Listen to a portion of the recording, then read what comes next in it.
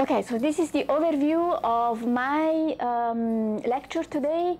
So we are going to see nested logit, the way we derive choice probability for nested logit, the interpretation of nested logit as a decomposition of two logits, the estimation, then some advanced structure for nested logit called cross-nested logit, and in particular paired combinatorial logit and generalized nested logit, heteroscedastic logit, and the GEV family. All this model, so nested logit, nested logit, cross-nested logit, paired combinatorial logit, they all belong to the GEV family. So after McFadden created the logit, so he also created a unifying theory called the GEV theory, under which you can derive all this model. So you can see a logit as a derivation of a GEV, a nested logit as a derivation of a GEV, and so on. In particular, you use nested logit each time you think that there is correlation across alternatives. And in particular, you use nested logit every time you think that the IIA hypothesis is too restrictive for your model.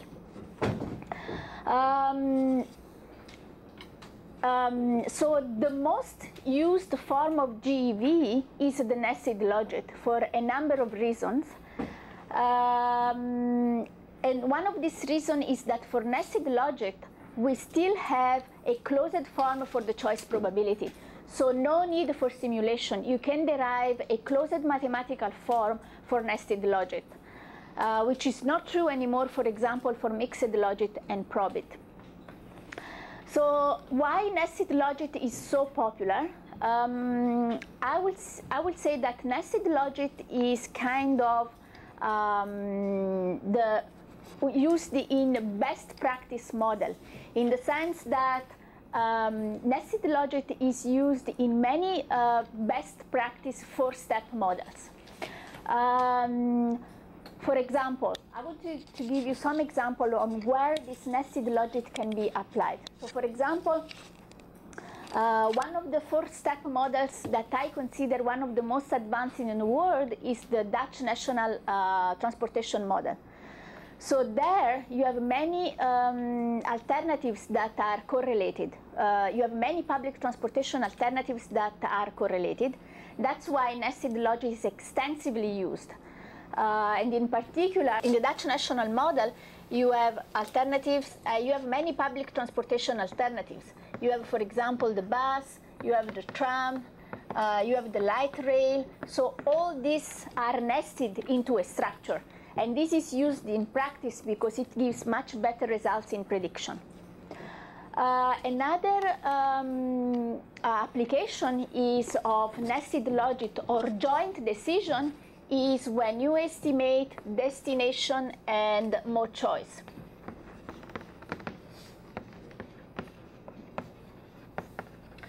So both of this model, which is the second and the third step in the four-step model,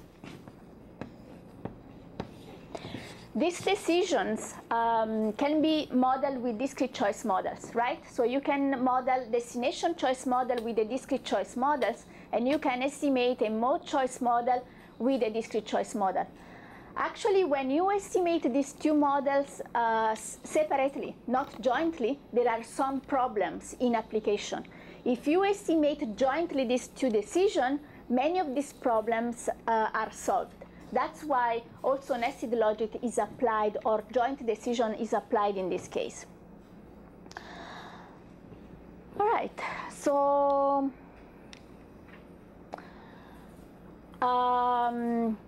nested logit are appropriate when the set of alternatives can be grouped into nest. So this is very easy to this is one of the structures, very intuitive. So here you have four alternatives you have car alternatives, which are auto alone, air carpool, and bus and rail. So intuitively, there is correlation amongst the car alternative and the carpool alternative, and between the transit alternative, which is bus and rail. These structures are very common in every four-step mode choice. So what happens here? So remember that when using nested logit, we are trying to avoid the problem of the IIA property of logit, right? So with nested logit, we are partially solving that problem because IIA still holds within each nest. So it means that between these two alternatives, IIA still holds, but IIA does not hold in general for alternative in different nests, right?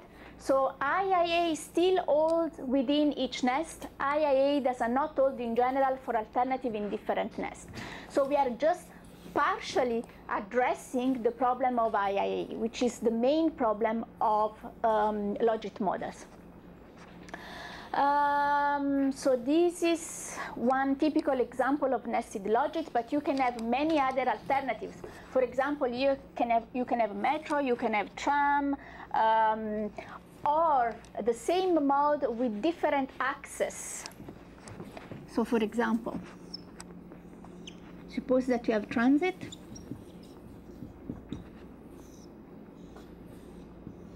For example, you can have bus plus access by access walk. You walk to the bus, right? Or you can have a bus plus access car. Or you can have a bus with access, I don't know, and metro.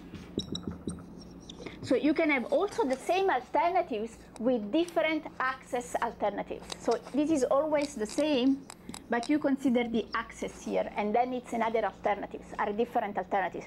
But of course, given that this is always bus, these are very correlated. Is that clear? All right. Or here you can have, for example, car as a driver, or car as a passengers with 2 passengers, or you can have car as a passengers with 3 persons. And this is extremely important, for example, when you evaluate HOT and HOV lanes. You want to know how many people are going to share the same car. And this, of course, will be these are always the same alternatives, but for example, they have a different cost, right? Because here you are assuming that the driver is paying for all the cost, while here, for example, people are sharing and not paying, for example, the toll on the HOT lanes. And here the same. For example, in Virginia now, we have implemented HOV lanes in which you can use the high occupancy vehicle lanes if you are 3 in the car, so it's for free. You can use the fast lane without paying a toll because there are 3 persons in the car. So this is the kind of model that you can use in order to model this kind of policy. So let's generalize this. Let's try to see how the choice probability are calculated in the case of nested logit. And you can see that generically we can have k nest. In that case, we have 2 nests, so B1 and B2. But in general, we can have k nest.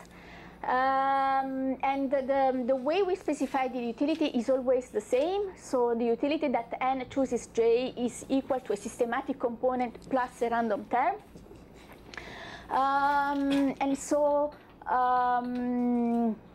given that the unobserved utility has this cumulative distribution function, you see that the difference between what we have seen yesterday and today, let's see what is the difference. First of all, we have 2 sums. So yesterday we have seen just 1 sum over all the alternatives, right? Here we have 2 sums. The first sum is over all the nests in the structure, right? K is the indicator of the nest. So you have the sum over all the nests. then the sum over all the alternative in each nest, right? And this is the same, except that we have a lambda k here, right? So we have a factor, an additional factor here, which is which makes a difference between logit structure and nested logit structure. So what is lambda k? Lambda k measures the degree of independence in an observed utility among alternative in nest k. So the closer the value is to 1, the greater the independence, right? So the degree of independence between alternatives. So if you expect no correlation among alternatives, it means that lambda is close to 1, right? Lambda k close to 1 means that the nested logit is degenerating into a logit structure. So for lambda k equal to 1, the NL is an MNL, right? So given that, given this cumulative distribution function for the error, now we can calculate the choice probability. Again, this is similar to the structure of logit, except that we have the sum of the alternative inside the nest, and we have this lambda k that needs to be estimated along with the coefficient that are in your structure. We have a lambda k, so in addition to all the betas to be estimated as the coefficient of the variables that you want to calibrate in your model, you need to estimate in addition this nested logit structure coefficient. And you can have a different lambda k for each nest, right? So here you can estimate a lambda for car, and here a lambda for transit. Right? You have 2 nests. You can estimate at the end, you are going to estimate 2 nested logit coefficient structure. You can also sometimes, well, in theory, you can estimate any lambda k you want. And for example, in the Dutch national model, there are many lambda k's. However, in practice, once you start to have many of these lambda k in your structure, the estimation of the model becomes very difficult. So what people do, sometimes they constrain this lambda. For example, if you have many transit alternatives, you have many lambda transit, what you can do is you constrain this lambda transit to be equal. Well, this is up to the analyst to decide when this is appropriate or not. I prefer not to do it. But usually when you have more than 2 or 3 lambda, the estimations start to be very difficult. So this is the derivation of the choice probability. Now, once you get back the value of this lambda k, you need to make a couple of checks in order to be sure that what you are estimating makes sense. So usually when you estimate a nested logit model, the value of lambda must be between 0 and 1. If it is between 0 and 1, then the model is consistent with utility maximization theory for all possible value of the explanatory variables. So I strongly suggest that you look at this lambda. If it is between 0 and 1, it's a sign that your model is good. If it is very close to 1, then I suggest that instead of using nested logit, you use a logit. This will avoid a number of problems. Well, can a train demonstrate that if lambda k is greater than 1, still the model is consistent with utility maximization for some range of the explanatory variables, but not for all the values? So lambda k greater than 1 is still acceptable, but you need to verify which is the range of these explanatory variables for which this holds, the utility maximization holds. However, this verification is not that easy, so I suggest that lambda k greater than 1, you avoid this, and you stay strictly between 0 and 1. If you get lambda k less than 0, something is wrong in your model, because it means it's counterintuitive, because it means that if you are improving the attribute of an alternative in the nest, right? For example, suppose that you are improving the access to the bus, right? So if you have a lambda k less than 0, it means that this fact that you are improving one of these alternatives will decrease the probability of choosing that alternative, which is completely not acceptable, right? Especially because you want to use this in policy application. So when you use that model, improving one alternative will decrease the probability of choosing that nest, which doesn't make any sense, right? So a suggestion to all the students, also especially the ones who are going to use this in practice, given that once you estimate this, you are going to apply this, try to have lambda k that are between 0 and 1. If it doesn't work in your structure, change the structure, right? This is a practical advice. Okay, so what else to say? Again, the choice probability is very similar to Logit, except that there are this sum over the nest, and there are this additional lambda k to be estimated along with the beta that you have in your Logit structure. Another reason why nested Logit is so popular, it's because intuitively you can see at the nested Logit as two nested structure, right? Two Logit structure. So for example, if you look at this problem, you can see this problem as a Logit model between the choice of car and transit, and the Logit between car driver and car passengers 2 and car passenger 3, and bus 1, bus 2, and bus 3, right? Each level, it's like a Logit. So you can see this as the first Logit and the second Logit, right? Or the first decision and the second decision, right? So you have 1 and 2. So once you see the nested Logit this way, you can see also the observed component of the utility kind of decomposed into two parts. A part labeled W that is constant for all the alternatives within a nest. So it means that once you are specifying this Logit here, you have a kind of the utility that is called W, and that is constant for all the utility in the nest, right? For example, what that can be for this part of the nest. For example, the car, you are not subjected to a fixed schedule, right? If you have your own car, you can depart any time of the day. So an attribute that is common to these alternatives can be flexibility in schedule, right? And so this is the common part of the utility that you can specify for the car, and that I will call Y. And then the second part, a part labeled Y, that varies over alternatives within nest.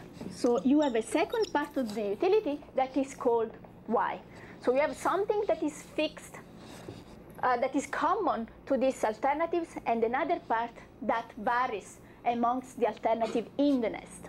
So Y depends only on variables that describe the nest, which differ over nests, but not over alternatives within each nest. So as I was saying, here we have flexibility in schedule. Here we don't have any flexibility, right? Because we have a timetable for the bus, a rigid ride table, and this is common to all these bus alternatives. Y depends on variables that describe alternative J, which vary over alternative within nest K. So Y is everything else. For example, travel time, travel cost.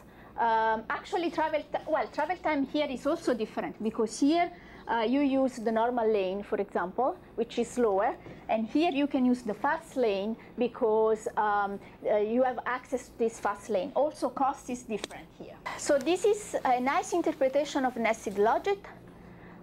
So given this interpretation, we can decompose the NL probability, the nested logit probability, as a product of conditional probability and the marginal probability, right? So the probability that the individual n chooses I is given by the probability that individual n chooses I, given that I belong to nest BK, multiplied by the probability of that n chooses nest BK. So it means that starting from the bottom, the probability that I choose car driver is the probability that I choose car driver given that it belongs to the nest of car, multiplied by the probability that I choose the nest car, right? Can you see this conditional probability? So starting from the bottom, this is the probability that I choose the car driver given that belongs to the car nest, and then multiplied by the probability that I choose the nest car. This is exactly what I have here. So the upper model, right? So the upper model, which is this. So this is the probability that I choose the nest, right? So it depends from the utility that is common to the alternative into the of the nest. You can see Y there, right? This is the utility that is common to the alternative in the nest. For example, flexible schedule or fixed schedule, plus something that is coming from the lower level. So the fact that on the lower level there are other alternatives with other utility is bringing up another component of the utility. So let's see what is this lower term. So the lower model is giving me the probability that I choose I given BK. And this is exactly a logit model, except that I need to normalize it by lambda k. Be careful, because many analysts in transportation, they forget about this lambda k. So for about 10 years, we have been estimating, even papers that were published on journals, we have been estimating models that were not normalized. So researchers forgot that here there was a normalization scale here. Remember that this is very important. Even software like BioGym and the Logit were not normalized until there was a famous paper by Koppelman in 2000 that made clear that this structure should be normalized. So the sum over this value, the log of this value, is something that is very well known in transportation, and that is called inclusive value or log sum, right? So the utility of the lower level is captured in the upper level through this log sum, right? The log sum multiplied by the factor scale, right? Okay, so this is very important. I would like really you to understand this, because if you understand the structure, then you understand the results from your model, right? So let's explain this again. So you can see the nested logit as decomposed into two parts, an upper level and a lower level. You can give to the upper level an utility that is common to those the alternatives in the nest, that I will call W. On the lower level, you have an utility that is called Y, and that is different for each alternative in the nest. The probability that I choose any alternative of the structure is the probability that I choose one alternative in the nest, given that it belongs to a nest, multiplied by the probability of choosing the nest, right? So the upper level utility is something that is very similar to a probability of a logit model, but you have something that is coming from the lower level. And what is this? This is, so the lower level is just a logit model but you need, remember that you need to scale this by lambda k, which is the theta structure that you are estimating in the nested logit. This I here that you are bringing from the lower level is called inclusive value or log sum, and is the ln of this sum, right? Okay, so this is all you need to know, but this is very, very important in the estimation of the nested logit. The beauty of this is also that you can estimate nested logit with just maximum likelihood techniques. It's, as I said, you have a closed form for choice probability. You see here, you have a closed form. It's very nice, although, as I said, in practice, once you start to have many of these lambda k, it starts to become difficult, the estimation. All the properties of the maximum likelihood estimator holds. You produce consistent and efficient values. However, be careful that although this can be decomposed into two parts, the estimation is done simultaneously, right? And software exists, they do this. All the software, all the commercial software, I will show you how to use BioGym for the nested logit. They do this simultaneously. Now, 30 years ago, these commercial software were not available, so people were estimating two logit, right? It's kind of intuitive. You estimate first this logit, then you calculate the log sum, you bring up the log sum, and you estimate a second logit. Okay, so this is feasible, although I strongly advise you not to do this because there is a problem with the standard error. The standard error of the upper model parameters. So you get the same coefficient, there is no bias, but there is a problem with the standard error of the upper model parameters. Because if some parameters appears in several submodels, the estimation, estimating them separately yields different value of the standard error. So, because standard error, they come from the information matrix. So the estimation of the variances is you are underestimating the standard error because you are not accounting for the variance of all these variables at the same time, especially if they appear in different submodels. So don't do the estimation in two separate logit, but simultaneously, and software exists to do this, right? So nested logit, historically, nested logit, I think we have worked a lot on nested logit in the 90s. So for about 10 years, say from the early 90s to the early 2000s, we are estimating a lot of this nested logit structure. The problem is that about 10-15 years ago, we realized that just estimating nested logit was a bit restrictive. Why? Because in some cases, alternatives have unobserved attributes similar to those in different nests.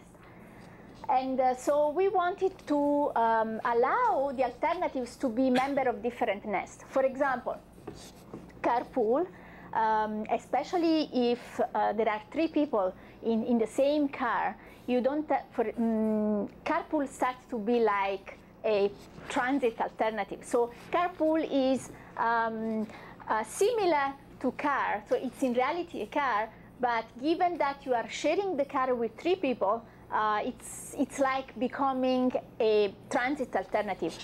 Think about the scheduling flexibility. If you need to share the car with 3 people, what happens is that your schedule is not flexible anymore, and you have not the independence of your own car. So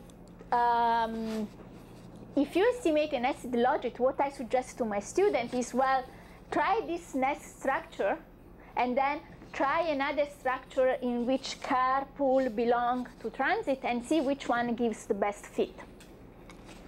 However, a more correct way to do it is like carpool belongs both to the car nest and to the transit nest. All right, so once you have this kind of structure, these are called cross-nested logit, and there have been a number of studies, especially people like Peter Wowsha or Michel Birler, Moshe Ben Akiva, and Frank Koppelman at Northwestern. They did a lot of this. Honestly, I have not done many of this structure myself. I kind of skipped one of these. I don't know why. In my history, so I went from nested logit to mixed logit without estimating any of this cross-nested logit structure. So I don't have much experience on that, but this is the concept. This is the fundamental concept. So I'm going to give you two formulations. One is the paired combinatorial logit. And the paired combinatorial logit is each alternative is paired with each other to form a nest. So each alternative is a member of J minus 1 nest. So you combine each alternative, so each pair of alternative is a nest. So let's see. So suppose that you have car as a driver, car as a passenger, and Q.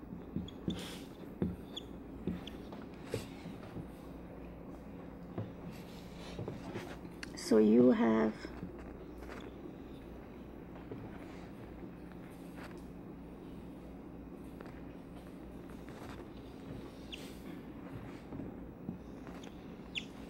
right?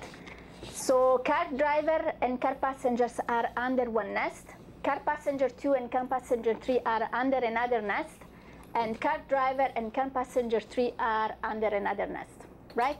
So each alternative is member of J minus 1 nest. And that's right because the car driver belongs to this nest and to this nest. So given that J is 3, car driver belongs to 2 nests. So each alternative belongs to J minus 1 nest. This is a simple example, but it's right. Okay, so the choice probability becomes this, just an extension of the nested logit. And again, the interpretation is the same. Lambda is a measure of the correlation between the unobserved utility of alternative I and that of the alternative J.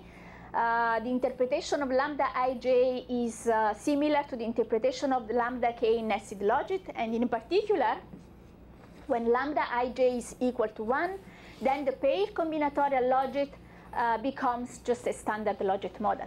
So suppose that here there was also a bus alternative, right? So you also need to account for all these other nests. So you have car driver nested to bus, car passengers 2 nested to bus, and car passengers 3 nested to bus, right?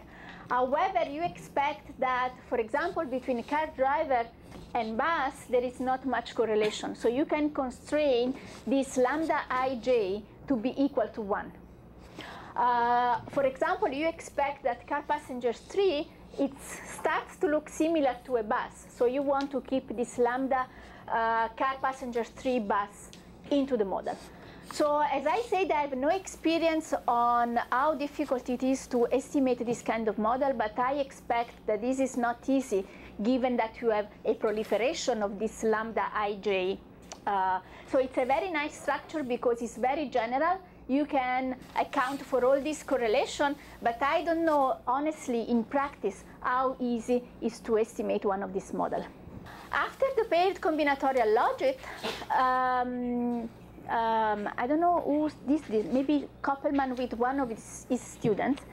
So the idea is that instead of considering that carpool belongs to different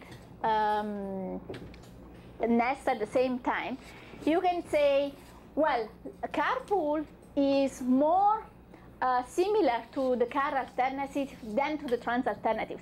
So it's like, let's try to separate these alternatives. Let's try to allocate this alternative to different nests. It's like really an allocation. So for example, you can say carpool belongs to this nest by a coefficient that I will call alpha, right? So let's try to allocate this alternative to the nest. So for example, carpool, I expect that carpool is more similar to car alternatives. So I will say this is 70% car, and this is 30% transit. All right? So it's kind of, I want, together with the beta of the logit and the lambda k of the nested logit, I was also to estimate these allocation parameters that I will call a lambda k, right? So this is the generalized nested logit model, in which, in addition to the parameters that you estimate for the nested logit, you have also these allocation parameters. So, and each alternative is allocated among nests, with the alternative being in some nests more than in other nests, right? That's exactly what I was saying here. So carpooling, it's true that you have no schedule flexibility anymore, but it's still a car alternative. So I expect that the lambda k of carpool is more into the nest of the car than into the nest of the transit. Still, you have the lambda k defined as in the nested logit, and this is the probability that person n chooses alternative I. So you see that in addition of the lambda k, you also have this alpha ik, and which is this allocation parameters of each alternative to each nest. Lambda is an allocation parameters that reflect the extent to which alternative j is a member of the nest. Of course, you want that this lambda jk, the sum of this lambda jk is equal to 1, right? That's what I was doing here. This is 100%. And the rest is the same. So I also suspect that here you have one more complication. You need a constraint optimization, right? Because you need all this lambda to be equal to 1. So you need to constrain your algorithm when you optimize the log likelihood. All right. Again, I don't have much practical experience on that. I have not estimated myself any of this. But these were quite popular in the early 2000s. There were a number of people publishing on that. You don't see many of these nowadays. Again, I'm not sure why, but they exist and they can be used. You can make this model even more general. Nested logit, paired combinatorial, logit, nested logit, paired combinatorial logit, and cross-nested logit, they are all homoskedastic model. So this was a classical qualifying exam from Dr. Mamasane. So every time he was asking, what is an homoskedastic model? What is an homoskedastic model? You should know because you passed the qualifying exam. Yeah, you can derive what is a homoskedastic model. So all these models are homoskedastic in the sense that they have the same variance for all the alternatives. So a model is homoskedastic when you have the same variance for all the alternatives. Remember when I defined the logit models, I said mean 0, variance pi squared divided by 6. Right? So all this model, although you have a very nice structure, you can allocate correlation, etc., they are all homoskedastic. Actually, now I realize why I've never used this, because they are homoskedastic. So I wanted something that was a little bit more advanced. So, so there is a way to overcome this limitation. And this is what you do when you estimate heteroskedastic extreme value logit, in which this is always the specification of the utility, but this is the variance, right? Instead of having pi squared divided by 6 for all the alternative, now you have an additional parameters to be estimated, theta j, and this makes the variances for each alternative different, so that makes the model heteroskedastic, all right? Can you see this? And this, as you see, this appears here, right, as an additional parameters to be estimated. The problem, the main problem is that in order to estimate this heteroscedastic model, unfortunately, you need to solve integrals. There is no closed mathematical form for heteroscedastic model. That's why people find convenient to estimate GEV, homoscedastic GEV, because they have closed mathematical form. In the case you want heteroscedastic extreme value logit models, then unfortunately, I'm afraid, but you need to solve this integral, right? Okay, again, because this is important, so the models we have seen so far, logit, nested logit, paired combinatorial logit, cross-nested logit, they are all homoscedastic. Homoscedastic means that they have the same variance for each alternative, right? Pi squared divided by 6. So the same to each alternative.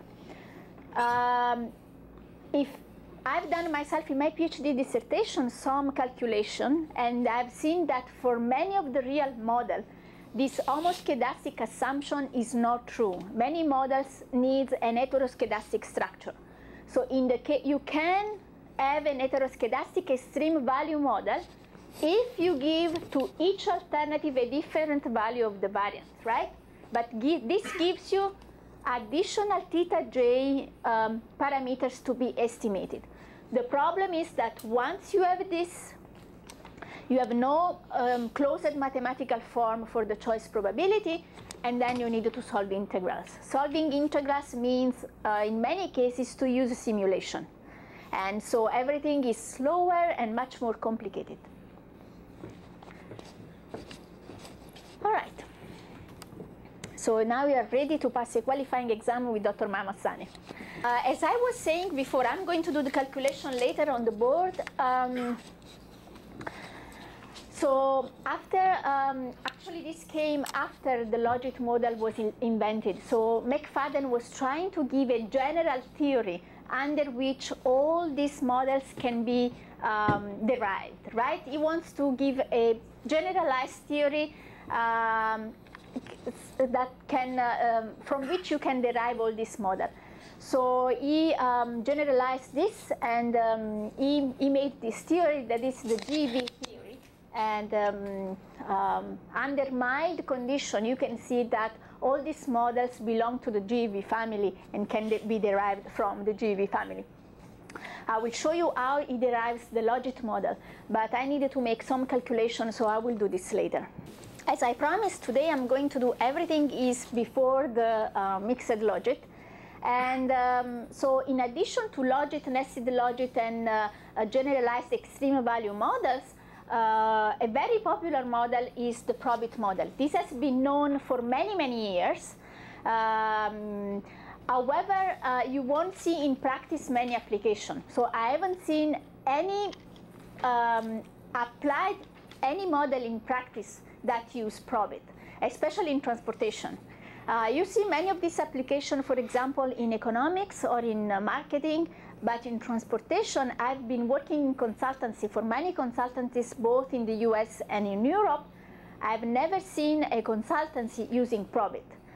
I don't know why is this, but this is, maybe you will see why is this, because these are difficult to estimate. So we will see how the choice probabilities are derived. You will see that there is a problem of identification. This is a very important problem in estimating Probit. But also you will see how to use Probit to overcome the limitation of logit. So remember that yesterday I introduced the logit by emphasizing which are the limitations. Remember I said the limitations are the impossibility to estimate random taste variation, the impossibility to estimate flexible substitution patterns, and the difficulties in estimating in handling panel data. So the three limitations of the logit can be solved by it.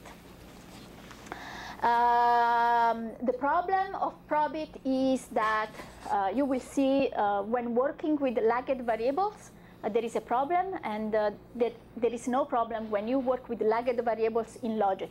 Remember, the lagged variables are kind of accounting for the past in the current choice. So it's when, for example, I'm deciding, I'm modeling my decision for today, taking into account my decision of yesterday. So the example that I was making yesterday, for example. So I'm modeling, for example, my mode choice from my hotel to here, accounting for the fact that yesterday I was walking here. So these are the lagged variables. Or for example, I want to model the choice of a product, taking into account the price of this product a year ago, or the characteristic of this product a year ago. All these effects are called lagged effect. It's like accounting the past when I try to model a new decision. So this is one of the difficulties that is typical of the Probit, and it's not a problem when you estimate Logit. Actually, in economics or in the market, in the finance theory, this is a big problem for them. And also, I will try to introduce the estimation of the Probit, the accept-reject simulator that we are just using now with my students, and we have discovered how difficult it is to calculate these choice probabilities for Probit. Also, what I want to say is that although Probit was able to handle these three main difficulties of Logit or limitation of Logit, it has not been used in practice, and I think it's because of this problem of the simulation of the choice probability. These are extremely difficult to be estimated, and the way people were estimating Probit was to estimate Probit with a very limited number of alternatives. For example, 2 or 3 alternatives. But as you have seen in transportation, we have problems that are much more complicated than that. So the trade-off was, well, let's accept this limitation of Logit, but let's have a model that can handle more alternatives than just 2 or 3 alternatives. As I was saying, remember that this is an advanced class in discrete choice modeling, and so Probit can deal with all the 3 limitations of the Logit model, so taste variation, flexible substitution patterns, and correlation across observation. However, Probit requires normal distribution for all unobserved components of the utility.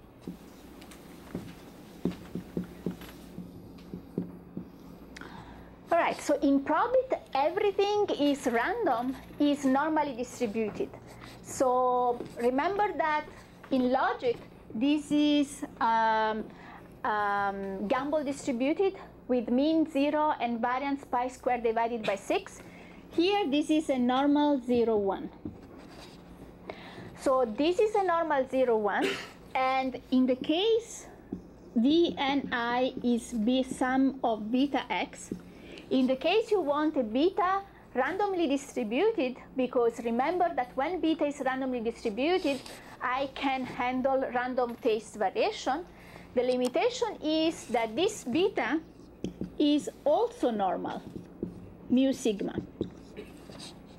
Right? So you can represent random taste variation, but this random taste variation is just normal. So everything must be normal. What is the problem with that? The problem is that normal can produce counterintuitive results for some of the coefficient of interest. For example, in transportation, we estimate always travel time and travel cost. So if you have a normal distribution estimated for travel time and travel cost, there will be a part of the population, sometimes small, sometimes large, that has positive value for travel time and travel cost. And this is for us a problem, because we cannot accept in application positive value of the travel time and travel cost, because it means that if you are increasing travel time and travel cost, there will be more people who are choosing that alternatives. And this is really counterintuitive, right? So Probit, so again, and this is the main difference between the estimation of a Probit model and mixed Logit model. There are other differences, but Probit allows the estimation of random taste variation that are specified as normal. There is no way you can estimate different distribution than that. While mixed logit is more flexible, we will see many ways to estimate random taste variation. Well, does not exhibit restrictive substitution patterns. Actually, Probit is excellent for representing very flexible substitution patterns. If you estimate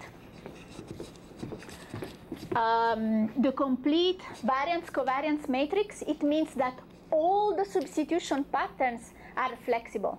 However, when you estimate, you know that all the substitution patterns are possible, but the interpretation is difficult. So I will show you why the interpretation of these correlations of this substitution pattern is difficult. And you can deal with panel data. However, you need to be careful when you have lagged variables. Okay? So, to summarize, Probit is a good advanced discrete choice model. Probit is probably one of the most advanced discrete choice models we have known for many, many years. Already in the 70s, Carlos Daganzo at MIT was working on that. So you can, so there are advantages, but also disadvantages in using Probit. So remember that you can deal with random taste variation, but everything must be specified as a normal.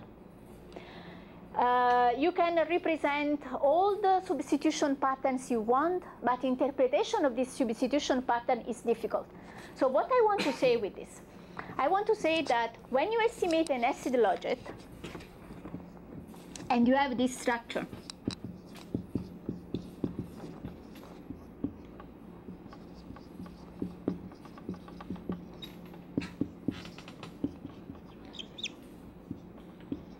right? So you estimate lambda k1 and you estimate lambda k2, and you see that this lambda are, for example, 0.5 or 0.6.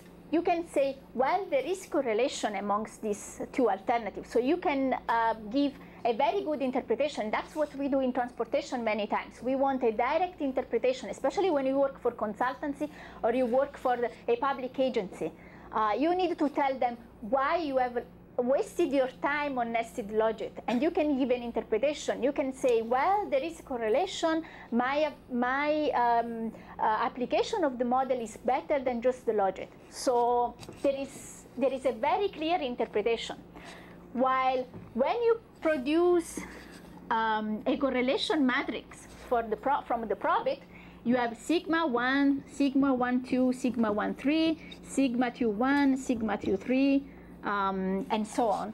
So you estimate this nice matrix, but then you cannot say anything out of this. So you know that all the substitution patterns are allowed, but then there is no way to give an interpretation to these numbers. So theoretically it's fine, but from the application point of view, it's quite difficult. And the panel data, yes, you can handle panel data, but you must be careful when you have lagged variables for the reason I will show you later. This is the choice probability, right? So this is what you have already seen from random utility models, right? So I is chosen if the systematic plus the random term is greater of the all the other utility for all the j in the choice set, and epsilon is normally distributed, right, with zero mean and standard deviation equal to 1. Okay, so this is the density of the normal. Very nice. We know the density of the normal. However, you see this. There is no closed mathematical form. There is not a nice expression for the choice probability. These are multidimensional integrals to be solved, right? So Probit, I'm afraid you need to solve integrals, multidimensional integrals. And the dimension of this integral depends on the number of alternatives that you have in the choice set. The more alternatives in the choice set, the higher the dimension of this integral. So the dimension of this integral depends on the number of alternatives in your choice set. That's why the early application of Probit were application with few number of alternatives. For example, quadrature, they solved 2 or 3 alternatives. And even in BioGym, if I'm not wrong, it just solves Probit with 2 or at most 3 alternatives. The integral does not have a closed form, and it must be evaluated numerical through simulation. And this is the general formulation for the choice probability. Another problem that we have with Probit is the identification. So yesterday when I was introducing the Logit, I said that only differences in utility matters in discrete choice models, right? So when you estimate a discrete choice model, you need to normalize the structure in order to take into account that the absolute level of the utility are irrelevant. And in Probit, you need to do this directly. You cannot, it's not like in Logit that you neglect this because it's in the structure. So what it means that the scale of the utility are irrelevant? It means that if you add a constant to each alternative or multiply a positive constant or a scale for each alternative, then the highest utility will remain the same, right? So it means that suppose that you have 2 alternatives and you have beta 1 x1 and beta 2 x2. So if you add a constant to both utility, suppose that you add a constant in the terms, for example, of a variable. I don't know. Suppose that you have beta 3 by h. Beta 3 by h.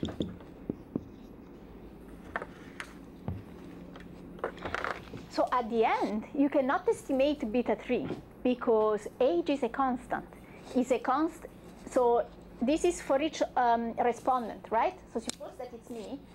So it's my age here, and it's my age here, multiplied by the same coefficient. It means that I'm just adding a constant to this 2 utility. And given that the estimation of this is done on differences, this does not impact the level of the differences, right? It's just a constant to both utility. So if I add a constant to both utility, this doesn't change the results. First of all, I'm not able to estimate beta 3, but suppose that instead of having beta 3, I'm just adding h. This won't make any difference in my discrete choice model, right? And also the same is if I multiply this. This is plus, suppose that I'm multiplying this. The same, right? So if I add or multiply the 2 utility by the same factor, this doesn't make any difference on my estimation. So add a constant to each alternative or multiply them by a positive constant doesn't make any difference because the highest utility will remain the same. And that's why I'm estimating the model based on the highest utility, right? So a parameter is identified if I can estimate it. Is unidentified otherwise. So this is exactly what was happening to my beta 3, right? If I had a beta 3 here, multiplying h, this coefficient was unidentified because cannot be estimated because it's not making any difference on the difference between utilities, right? So when I normalize a model, this is exactly what I needed to do. When I normalize a model, I want all unidentified parameters to disappear. And I needed to be very careful with Probit. Even as 5 months ago, we made the same mistakes in one of the papers that we were trying to publish. And I think there is a note in Ken Train book that he says, well, many known papers that were using Probit are actually unidentified. So this is not a mistake of just undergrad or graduate students. That is mistakes that we also make. All right. So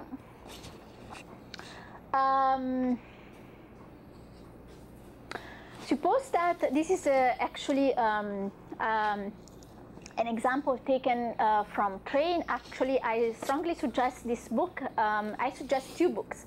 One is Ben Akiva-Lerman, part 1, and the second book is Can Train. This is a fantastic book. It's available on the website. You can download it for free. It's really unbelievable. If I can find, it's very well written. Everything is explained. It's just that when you read that book, it seems so easy, and in fact, it's not that easy. So it is well explained. It seems easy, but at the end, it's not that easy. Okay, so let's work with the example that Train has in his book, and suppose that we have a Probit model with 4 alternatives, right? J1 to 4, and we have 4 components in our random vector, right? Epsilon n1, epsilon n4.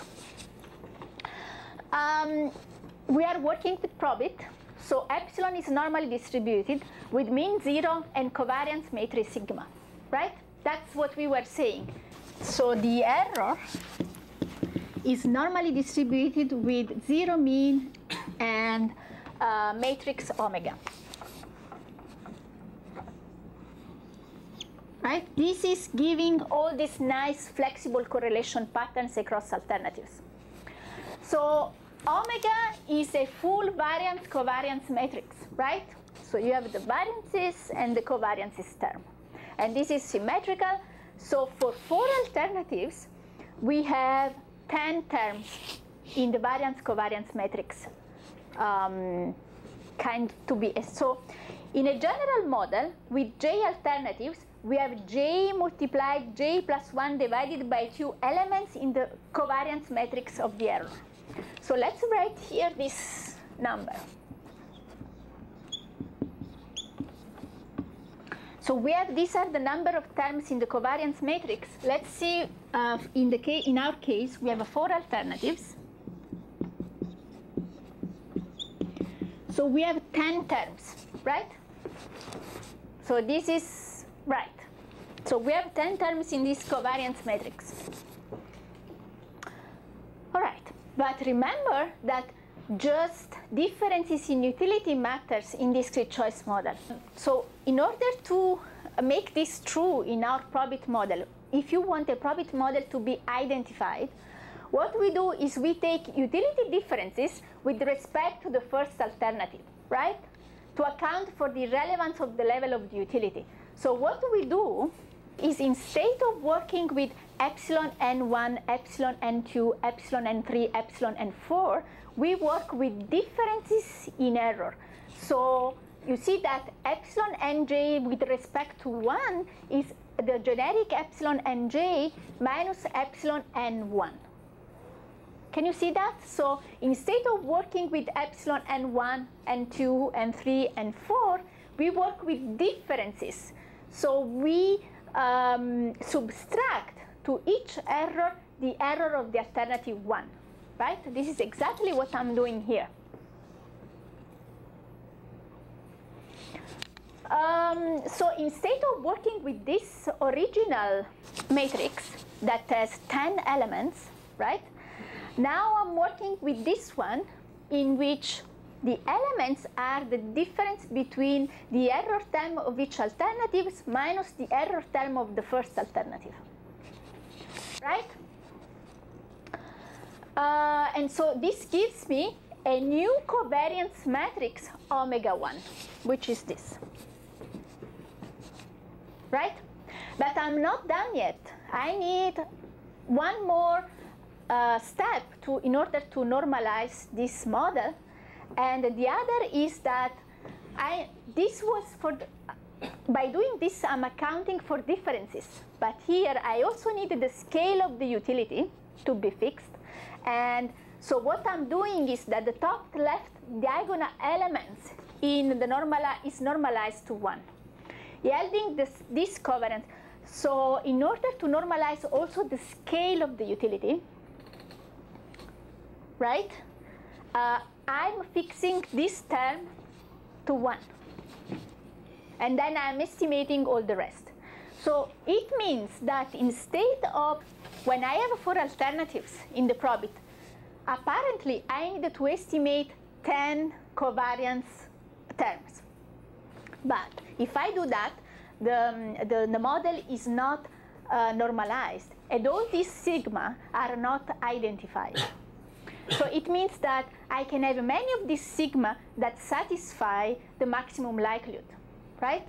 If I want the problem to be identified, I need to work with differences in error terms, and I need to fix the scale of the model to 1. It means that at the end of the day, if I have a Probit model with 4 alternatives, I just have 5 elements in my covariance matrix to be estimated, right? So I cannot estimate the 10. I can just estimate these 5 terms. This is very important. Okay, so that's what I'm saying. There are 5 thetas and 10 sigma. It's not possible to solve for all sigma, but what I can solve is this 5 theta to obtain the value in sigma. So instead of estimating j multiplied by j plus 1 plus 2, what I can do is j minus 1 multiplied by j divided by 2 minus 1. So let's see if that works. I have 4 minus 1 multiplied by 4 and divided by 2 minus 1, which is 3, 12, 6, 5. So instead of 10, I have a 5. So these formulas are general, and they are easy, right? So make sure that if you want to work with the Probit, make sure that you are doing this, that you are estimating the right number of parameters, otherwise your model is not identified.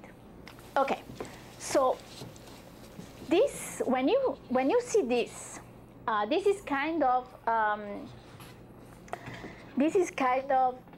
so if we had this as a final result, you can kind of give interpretation to this sigma, right? Because this is the correlation between alternative 1 and alternative 2. This is the correlation between alternative 1 and alternative 3. This is the correlation between alternative 1 and alternative 4. This is kind of a nested interpretation, right? There is a correlation. And these are the different variances that makes the model homoskedastic. Remember? A model heteroskedastic. Remember that if you have different variances for each alternative, then your model is heteroskedastic. So Probit is heteroskedastic, but the problem is that at the end of the day, we are not estimating this sigma. What we are estimating are this. So your model at the end is giving you this theta value, which are function of this initial sigma, but they don't have a meaning, right? I cannot say that if this is 0.9, there is correlation amongst 2 and 3, because these are just derivation of the sigma. If you see the book from Train, I can also do the calculation. This theta 2,3 is function of other sigma. So at the end of the day, it's very difficult to make interpretation. What people do in reality is they kind of fix some elements of this correlation matrix. But for example, I've seen that in one of the latest Chandrabhat paper. You know, he's working with, there was a student working with spatial correlation yesterday. But anyway, so when you work with spatial correlation and suppose that, well, you say, I have type A in many zones, and suppose that this is the city center, so I will say all these zones that are very close to the zone of interest are in a way correlated. So I can arrange this correlation matrix in order to satisfy this intuitive correlation. So what I do is I fix the correlation matrix, and then I estimate the model, and then I know how to make interpretation about this correlation. But if I have a full variance covariance matrix estimated, then making interpretation is dangerous. And maybe that's one of the reasons why this Probit was not very popular amongst transportation researchers and analysts, because at the end, the interpretation is difficult. Yeah, you see, the researcher imposes structure on the covariance matrix. So before calibrating, you impose the structure of the correlation matrix, and then you find a pattern that implies particular values for the relation that is suitable for your problem. All right, so this allows, so the estimation of this correlation matrix allows for flexible substitution patterns, right? So this is limitation number 2 in the Logit model. But Probit can also handle taste variation, and how we do that? So this is the general formulation for a random utility model. So you have a beta multiplied for the attributes plus a random term. Remember that this random term in the Probit is normal. Now, in order to allow for taste variation, we will say that beta n, instead of being one value, say a constant. Well, a constant is not the right term. A parameter to be estimated. Now, this is a random variable. It's a random variable that must be specified as a normal, and this normal has a mean plus a standard deviation.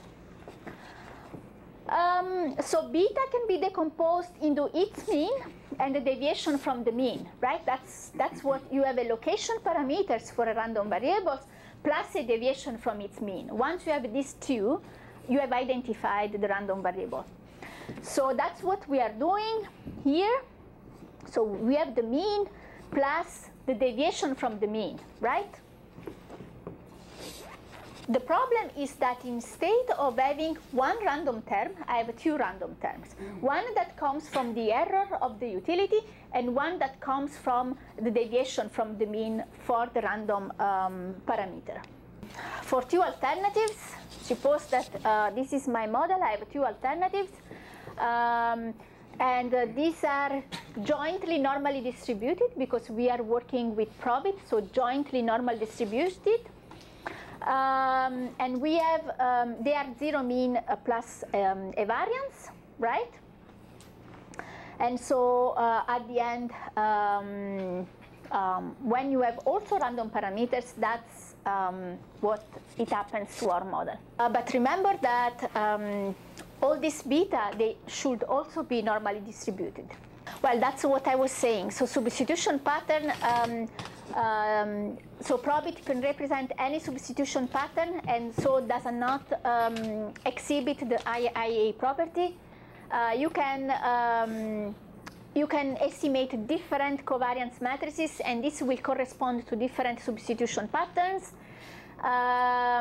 You can also fix, you can either estimate a full covariance matrix, so unrestricted, or you can impose a structure on the covariance matrix, and then you have a restricted correlation patterns. And as I was saying, estimating a full covariance matrix allows the model to represent any substitution patterns, but renders the estimated parameters uninterpretable. It's very difficult to find a meaning for this correlation pattern. So this is the Probit panel data. Remember that when I was explaining yesterday Logit, I was saying that these epsilon are independently and identically distributed across observation, which makes impossible accounting for correlation across observation. We are not talking about alternatives, observation. So observation means, you know, what I was explaining yesterday. So my travel on Monday, on Tuesday, on Wednesday. So these are different observations, and with Logit I cannot account for correlation across this observation.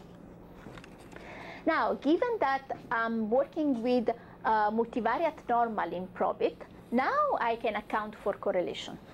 The problem is that, so I'm always working with this, but you see that in panel data, there is one main difference. Instead of working with NJ Remember, choice of individual N, alternative J. Now I have an additional index, which is a time index. So I have individual N choosing J at time T. Suppose that I'm observing this individual over a week. What happens is that I'm observing individual N choosing alternative J on, say, day 1. T is day 1. Then the day after, the same individual is choosing again alternative J, but T is day 2. Day 3, day 4, day 5, day 6, day 7. In the case, for example, I'm observing that individual over a period of 7 days. Or in stated preference, right? Stated preference, I'm giving to the same person different scenarios. I'm saying to this person, usually what we do is I give him a scenario in which, for example, I have 2 alternatives, and I'm saying, well, choose between train and high-speed train, right? And I'm giving him travel time and travel costs for both alternatives, right? Of course, high-speed train will be faster but more expensive. So depending on my willingness to pay, I will choose one of these. And I give to this person different scenario. So I'm giving to this person scenario 1, then scenario 2, scenario 3, scenario 4, 5, up sometimes to 16 scenarios, right? There is correlation among these observations that I cannot account with Logit, but I can account with Probit. So what happens is that the vector of the errors is kind of exploding. And instead of having epsilon 1, epsilon 2, epsilon 3, and epsilon k, I have epsilon n, individual n, alternative 1, day 1, up to epsilon, individual n, alternative j, day 1. So this is the vector of the error for the first day or for the first scenario. Then I have a vector of the error for day 2 or scenario 2, up to time period t, which is the end of the observation period, right? So I'm kind of exploding this vector of the error. So instead of dealing with this, I'm dealing with t component of the error. So no problem, I can do this. I'm working with the multivariate normal. It will be more difficult, but it's feasible. So this is the way choice probability are calculated. Just, you see here, I have an additional t, I have an additional index. And my covariance matrix will be just bigger. I have more component there.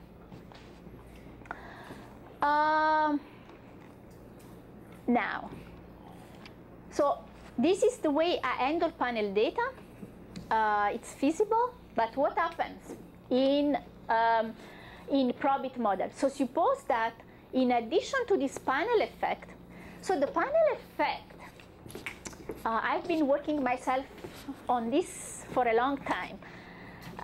So the panel effect is something that will give you at the end a better log likelihood because it's accounting for this correlation, and it's giving you maybe better coefficient, or in my experience it doesn't give you better prediction, but anyway, something that it's not something, again, it's not something that you can give interpretation because there are no additional parameters that are accounting for this panel effect.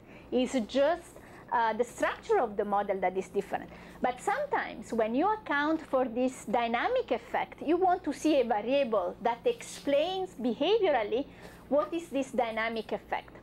So this is what these Logit dependent variables do. I have many friends, colleagues who are working on inertia effects. So they want to use the past choices or past prices or past characteristics of the alternatives into the, they don't want to bring this past experience into their model and say, well, they want to be able to say, look, if I have chosen car in the last 3 days, it's very likely that I'm going to choose car again on day 4. Or if I have chosen, if all my life I've chosen car, it's very unlikely that you give me a very nice bus and I'm going to choose a bus. So they want to introduce these lagged variables into their model because they have behavioral meaning. That's what lagged variables are. So these are exogenous variables that are derived from other period of time, for example, including past gas prices, etc. But be very careful, because when you include the lagged variables in Probit, we have 2 problems. The first problem is that, remember that the errors are correlated over time, right? So the choice is, in one period, is correlated with the error in subsequent periods, right? So the errors are correlated. So the choices in one period, should be in one period, is correlated with the error in subsequent periods. So the estimation, if you don't adjust this, the estimation yields inconsistent estimates. So your estimates are biased. Now, the way to adjust this, it's quite difficult. So I suggest to avoid the lagged variables in Probit, unless you are willing then to do this adjusted procedure, which I've never done in my life, but it exists. I've seen people in economics doing this all the time. The other problem is the initial condition of a dynamic choice models, because when you use lagged variables, you start from day 1, but you don't know what happens in day 0, because you have not observed day 0. So you have a problem with initial starting condition. You don't know where to depart from, right? So if you start at day 1 and you model U1, you should have something that is the choice of 1 minus 1, which is the choice at 0, and you don't observe this choice at 0. So you have a problem of starting condition in dynamic choice model, right? So you have a lack of information about the first choice of the decision maker, and this is biasing your model. So be very careful with when you work with Probit and when you want to introduce lagged variables. As I was saying, one of the main difficulties with Probit is that you have no closed form for the choice probabilities. So you need to solve this with other methods. You need to solve an integral. In the beginning, they were using quadrature. I've never used quadrature. I don't know how to do this. And nowadays, that simulations, we know, well, simulation are kind of a mature technique. And people in transportation are not afraid to use simulation anymore. We are starting to be confident with simulation method. Although this requires, and I'm talking to the students, transportation has always been a very multidisciplinary subject. But nowadays is even more true, because handling this simulation, it's not easy, and we are not always trained for that. So there are people just working on simulation. There are people who are just solving integrals the entire life. And so being able to understand what these people in mathematics or applied math are doing and transferring this to transportation is the future of this discipline. But you need to be open to this, in the sense that you need to open these books, and these are not the easiest book you have ever seen. And so, but being able to understand and use simulation in transportation is very important. I'm just describing this accept-reject simulator that we have been using for our discrete continuous model. So when you solve a Probit, remember that we want to solve an integral, but instead of solving exactly that integral, we are approximating that integral. It means that instead of solving the integral, we have a simulation. So we calculate this probability many times, and we average over all these draws from the random term. So instead of having an integral, we have a sum over all these draws of this PIN. So we have many PIN that comes from draws, and we average this PIN over all the draws. This is, in synthesis, the simulation. So more draws, more precise you are, but this is very computational intensive, and the process is very slow.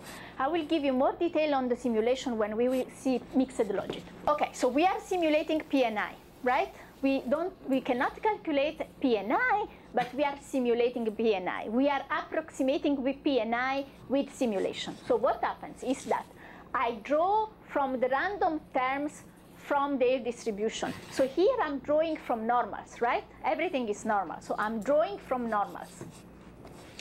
For each draw, the researchers determines where values of the error combined with the observed variables as faced by person N would result in alternative I being chosen. So it means this. For each draws, I'm going to verify this, right? Because for each draws is like this is disappearing. Because I'm drawing from the epsilon, which is normal. I'm adding to this that is something that I know, and I verify if this is true, right? Okay. If so, the draw is called an accept. So if this is true, my this draw is accept.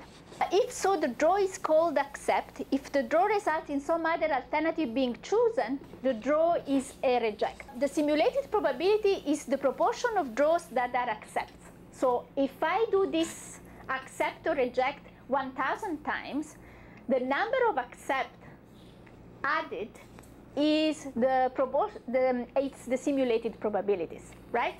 So this is exactly what we were doing. So for each draws drawn from a normal density, I'm doing this, and now counting how many times I have this accept or I have this reject, and I calculate the simulated probability. So this is the algorithm, right? So the algorithm is draw a value of a j-dimensional vector of error, epsilon n, from a normal density with 0 mean and covariance sigma. So this means that you need to draw from distribution.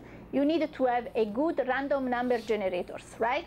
So it means being able to deal with random number generators, and it means to be able to draw from distribution, which is not very common amongst students in transportation. Use these values of the error and then calculate the utility for each alternatives. Because you draw this, you see, there is an index. R is the number, is the draws, the number of draws. So you draw this from the normal density. You add to what you know, which is the systematic utility. You calculate the utility for that draw for alternative J. Then determine whether the utility of the alternative I is greater than that for all other alternatives, right? You do this, right? Indicating an accept or a reject in the opposite case. Repeat 1, 2, 3 R amount of times. R is the number of draws, and usually, if you use Monte Carlo, usually we start from 1,000 draws. So you need to do this at least 1,000 times. The simulated probability is the proportion of draws that are accept. You see, instead of calculating exactly P and I have an approximation. So this is the simulated probability. P and I is the sum over all the draws of this accept. So we haven't implemented this with I have a student from Canada. He's a statistician, and he has implemented this in a discrete continuous Probit model. But I'm sure this is a nightmare to calibrate, especially when you introduce this continuous. So, and also I was talking a couple of weeks ago with a professor in KUL Leuven in Belgium, and she was saying that she tried to calibrate Probit with taste variation. And she said, believe me, it's not easy. So these are very complicated models. It's possible to calibrate them, are very appealing from a research point of view, but they are not easy. So this is my students who helped me. Actually, I have to acknowledge my students, Nayel from Santo Domingo, who helped me making that slide. I would like to go back to the GEV family and to the derivation of Logit. Suppose that I can do the calculation right. And also I want to explain something on about aggregation and how we use the model in application. All right, so the definition of the GEV family is the effort to try to group under one family all this model that we have seen, right? Logit, nested logit, mixed logit, everything under one structure. So the idea was to define a generic function, G, with some characteristic from which all these models can be derived. So we will see just the derivation of logit, but you can derive also nested logit from this. So the idea is to have a function that have these characteristics. G is non-negative for all possible positive value of yj per each j. G is homogeneous of degree 1, so it means that if y is raised by some proportion rho, g rises by proportion rho also. So you have that. So if g is a function of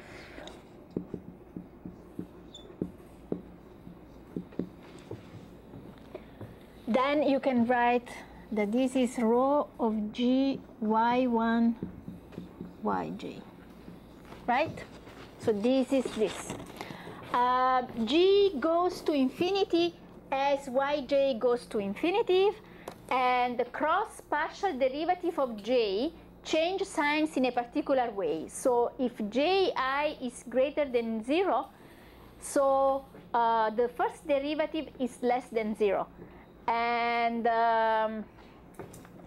so the partial derivative of j with respect to any combination of I is non-negative if I is odd and is not positive if I is even.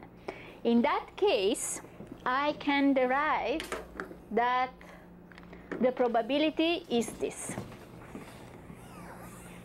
So I want to have a g function that has the characteristics, the 4 characteristics that you have seen, and based on that g function, I can calculate the probability, right? That was the idea of McFadden.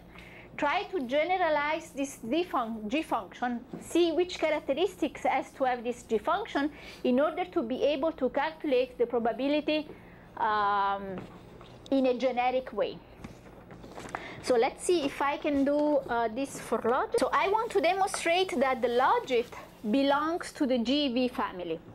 So I need to have a g function that has these 4 characteristics, and based on this g function, I can calculate this probability. So for logit, the g function is the sum over all the alternative of yj mu. So this is the g function for logit.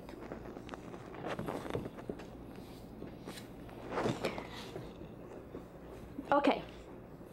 So the first characteristics is g is non-negative if all the components y1, y2, yn are greater than 0. Right?